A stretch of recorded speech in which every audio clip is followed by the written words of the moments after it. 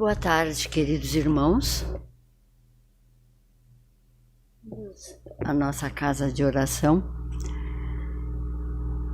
E eu gosto de repetir, acho que não é cansativo, porque nos encontramos uma vez por semana, mas felizes estamos por mais uma vez nos encontrarmos nesse horário, que eu digo sempre que é um horário nobre, 18 horas, né?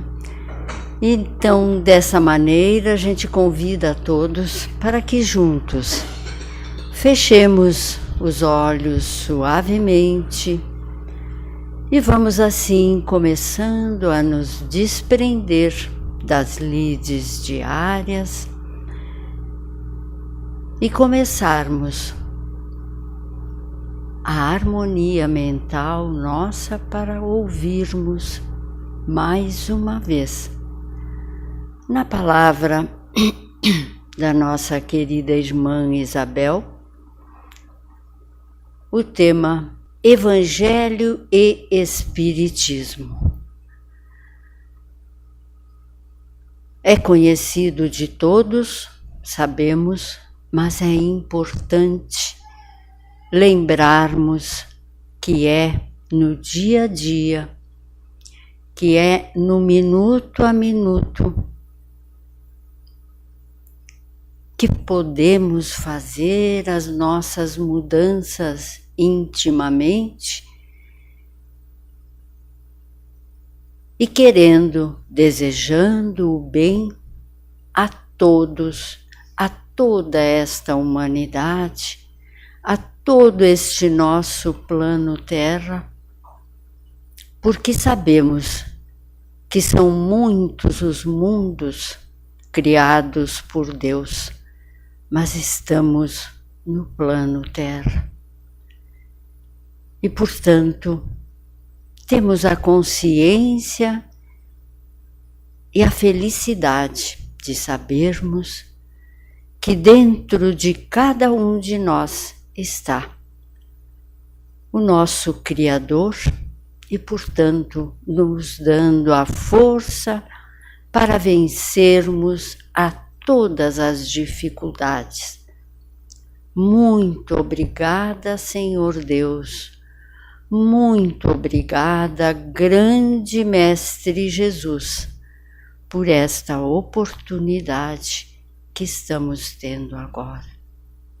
Que assim seja.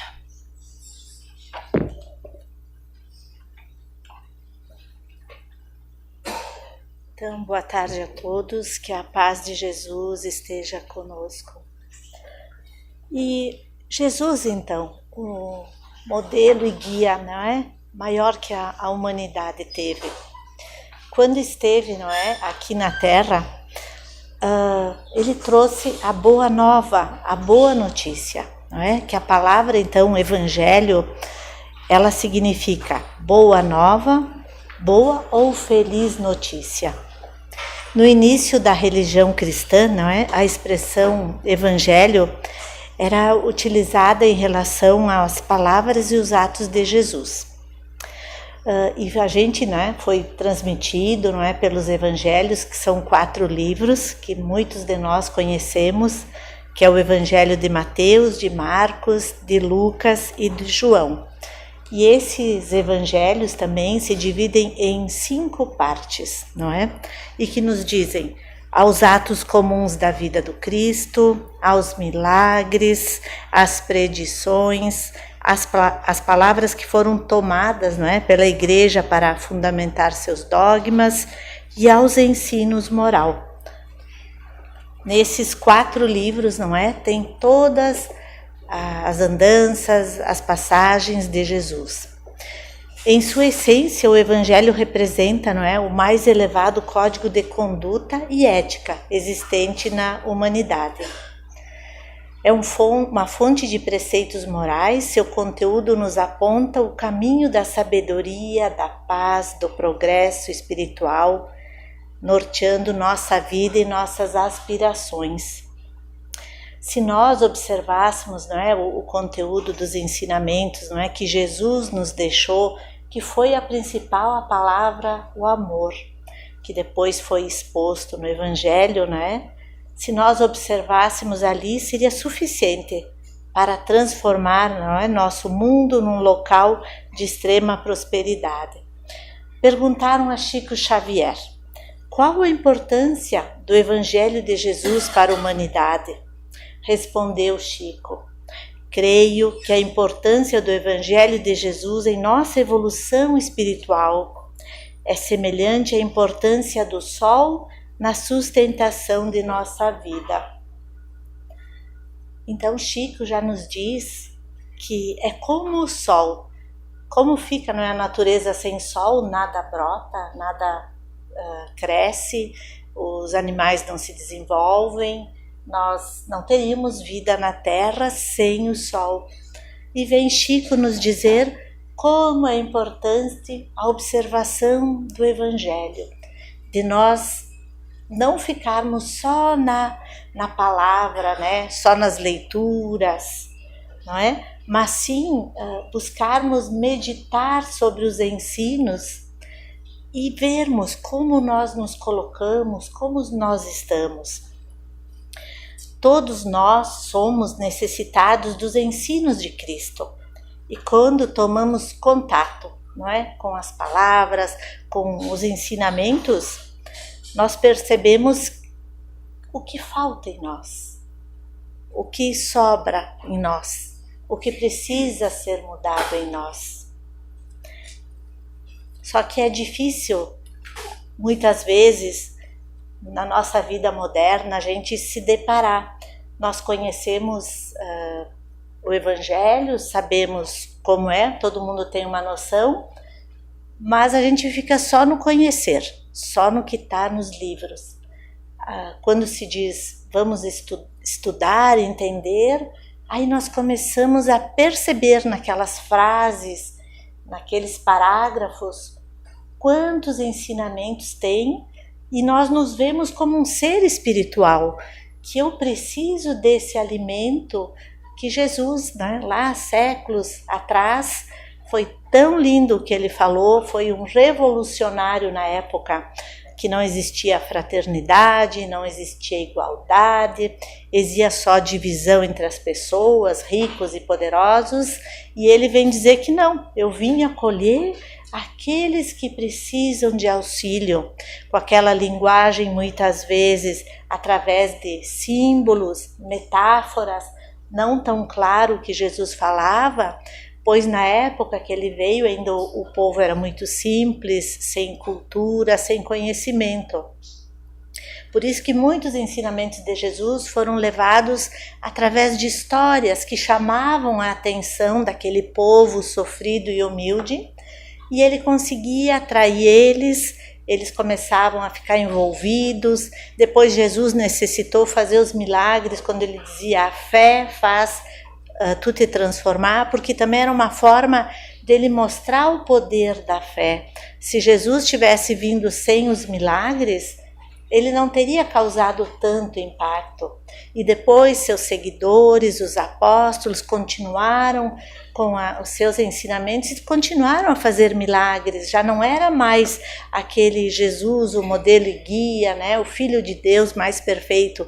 Eram os apóstolos, homens comuns, que Jesus os convidou, pescadores, trabalhadores simples, cheios de defeitos, cheios de orgulho, impaciência, que Jesus os convidou e ficou com eles aqueles 3 anos e foi ensinando sua doutrina de amor, paciência, fraternidade, tolerância, que nesse período curto eles tiveram que aprender, mas Jesus emanava aquele brilho, aquele amor, aquele carinho que tocava no íntimo desses apóstolos, que fez com que eles se transformassem em peregrinos a falar dessa doutrina que Jesus trazia, esse rompimento que ele fez, que era olho por olho, não é?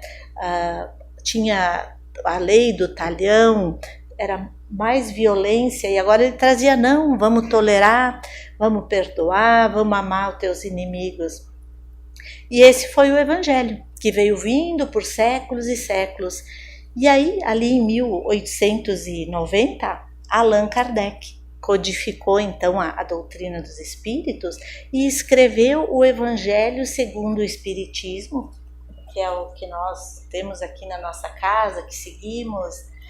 E ele trouxe o quê? A mesma mensagem de Jesus, só que trouxe mais clara, veio trazer a luz mais da própria época, agora com mais entendimento, não é? Com mais sabedoria, veio explicar as passagens de Jesus para a gente entender, ficar mais claro. Mas ele se fala a nossa, né? Como diz, quando Jesus, vocês já devem ter lido, não é? Que ele disse: eu enviarei um Consolador, que ele vai trazer a todos vós mais entendimento, mais esclarecimento do que eu venho dizendo e que não fica tão claro. Então, Allan Kardec, com o nosso Evangelho segundo o Espiritismo, é o Consolador, o que veio trazer a mensagem de Jesus de forma mais clara.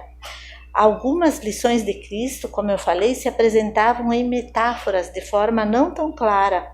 Foram elas então explicadas pela doutrina espírita, que através dos seus postulados busca conscientizar o indivíduo da nossa essência imortal.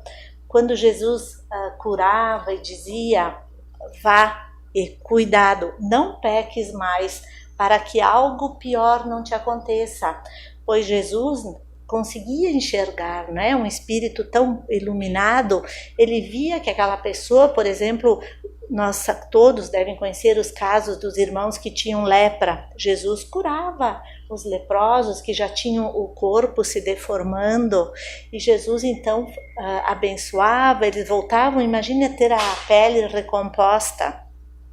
Mas Jesus via que ele chegou naquele estado de lepra pelas imperfeições morais, e a doença veio até ele, é uma forma de expurgo, uma forma dele ficar aquele tempo pensando, olhando para trás. Por isso, irmãos, às vezes quando uma doença nos visita, ela tem um motivo. Muitos de nós ficamos revoltados, indignados, só piorando essa situação da doença. Mas quando chega em nós, ela tem um motivo que às vezes pode ser nós, o causador de ter chegado até ela. Claro, pode ser um motivo genético, mas toda doença que ela vem, que nem no caso do leproso, Jesus dizia: tu estás curado, agora cuide para que algo pior não faça pior. Muitos leprosos ficaram curados, mas outros não entendiam que aquela cura passava 1, 2, 3 meses, continuava com a mesma forma, pensamento do ódio, do rancor. O corpo dele continuou somatizando todo esse ódio que ele destilava, não é? Como a própria inveja, e voltou o corpo dele ficar leproso.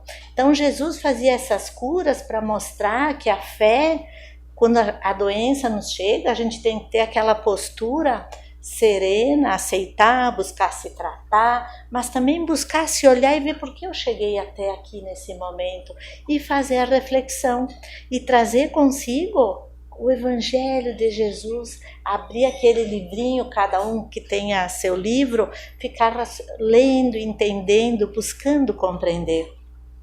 Essa é a nossa essência imortal. Temos essa vida, mas nós vamos ter muitas mais outras que vamos evoluindo. De sua responsabilidade na construção do próprio futuro, não é? A lei de causa e efeito. O que nós fazemos hoje vai refletir amanhã. As ações boas que eu faço é o meu advogado no futuro a me trazer benesses. O mal que eu faço, eu vou ter que responder lá na frente. Da presença constante do amparo divino na sua trajetória evolutiva. Sim, irmãos, através da doutrina espírita, não é? Que Allan Kardec codificou.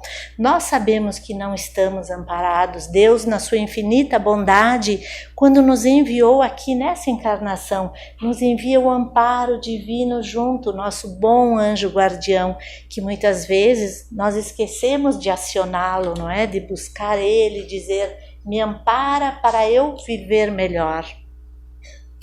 No aspecto religioso, o Espiritismo é o próprio cristianismo, apresentando de forma simples e clara para que Jesus seja compreendido na sua essência de seus ensinamentos e exemplos.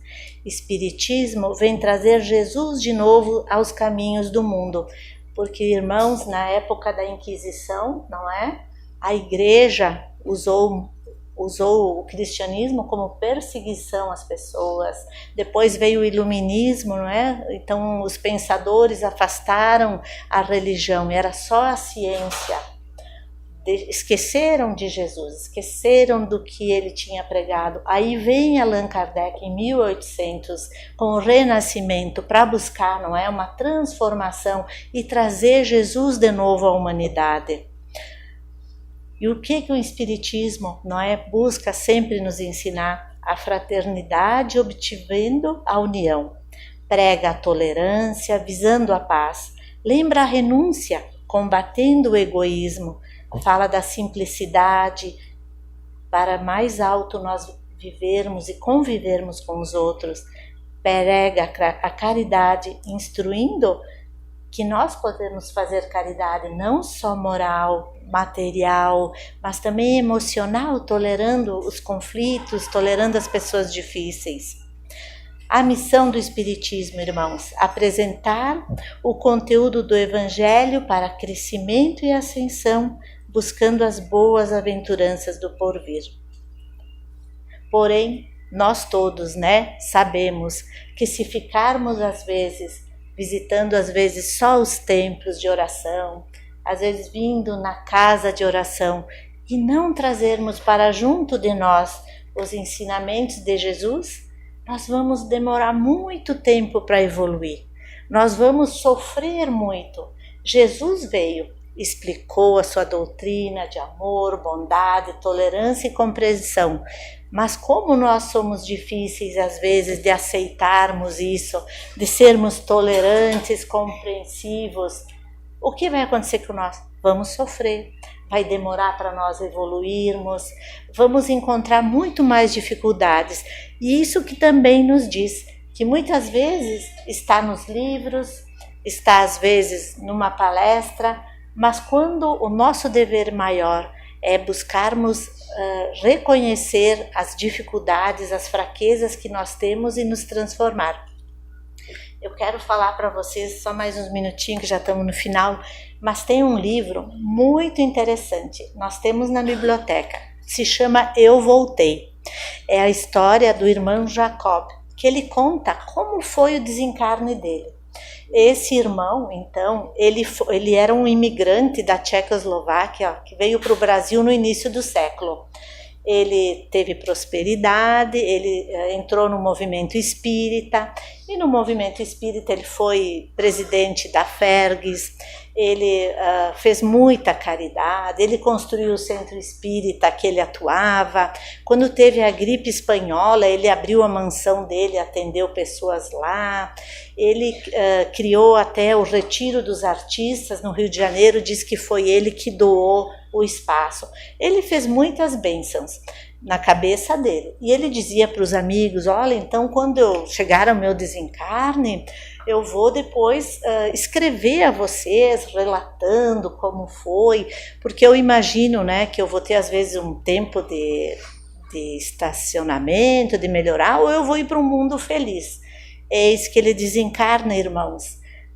Desencarnou, né? Até eu não vou contar a história, porque eu acho que quem puder ter o livro vai gostar bastante. Mas o que fica interessante, sim, daí quando ele desencarnou, foi recebido por uma filha querida, foi recebido, claro, por benfeitores espirituais, porque ele foi uma pessoa expoente para a doutrina espírita no Brasil. Mas ele percebeu que chegavam umas pessoas mais simples que ele, brilhante, e ele era opaco. Mas ele olhava para ele, por que eu não tenho brilho, ele dizia. E pedia para os benfeitores que estavam junto com ele, ele dizia, não, irmão, você vai ter que estudar mais, você vai ter que se dedicar mais ao estudo. E foi indo até que ele voltou lá para a colônia, onde ele foi acolhido, começou a estudar, e ele um dia pediu para voltar para a terra, ele voltou, ele veio visitar então o centro espírita que ele trabalhava, e ele se encontrou lá com um espírito desencarnado, que ele já tivera muitas conversas, um espírito difícil de doutrinar. E o espírito então olhou para ele e disse, você está aqui. Muito bem. E ele olhou, sim, eu voltei para conversar. Mas você viu que você não tem brilho? Daí ele ficou quieto, né?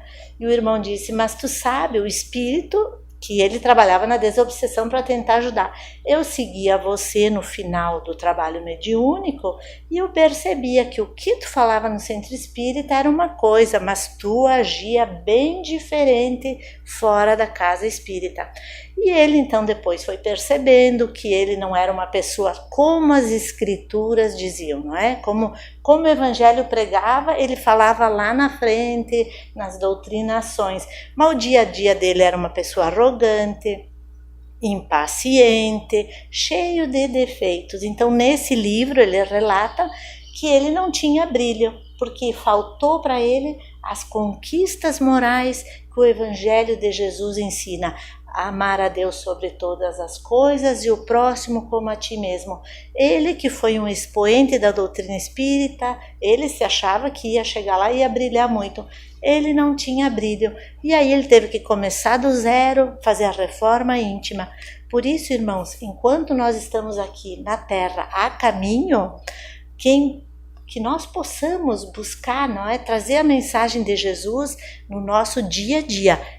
Não é fácil a nossa transformação, ela requer um passo de cada vez. Às vezes a gente quer se transformar em uma semana, começa a ler um livro, não vai ser assim, vai ser aos pouquinhos, mas nós devemos insistir lá no nosso lar, quem tiver oportunidade, uma vez por semana, traga Jesus para o lar, leia uma frase que seja, reflita um pouquinho, mas com esses pequenos passos e insistindo, não vamos ser que nem irmão Jacob, que fez muitas coisas para o movimento espírita, mas quando chegou lá do outro lado, não tinha brilho nenhum.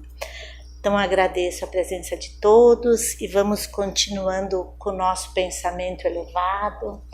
Vamos então para o nosso passe. Já estamos amparados, queridos irmãos, nesse ambiente de vibrações positivas. Através do nosso pensamento, nós vamos nos conectar com os benfeitores espirituais e vamos receber as bênçãos.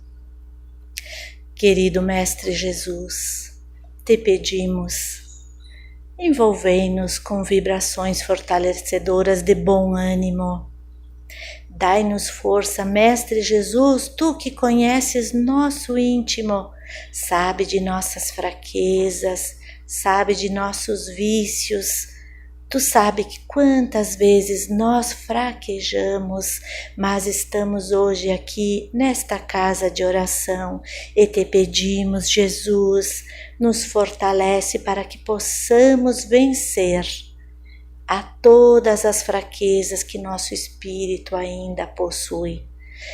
Dai-nos força, Jesus, para que possamos levar para nosso lar os teus ensinamentos de amor, tolerância, paciência, compreensão perante a família, perante os amigos, no nosso ambiente de trabalho.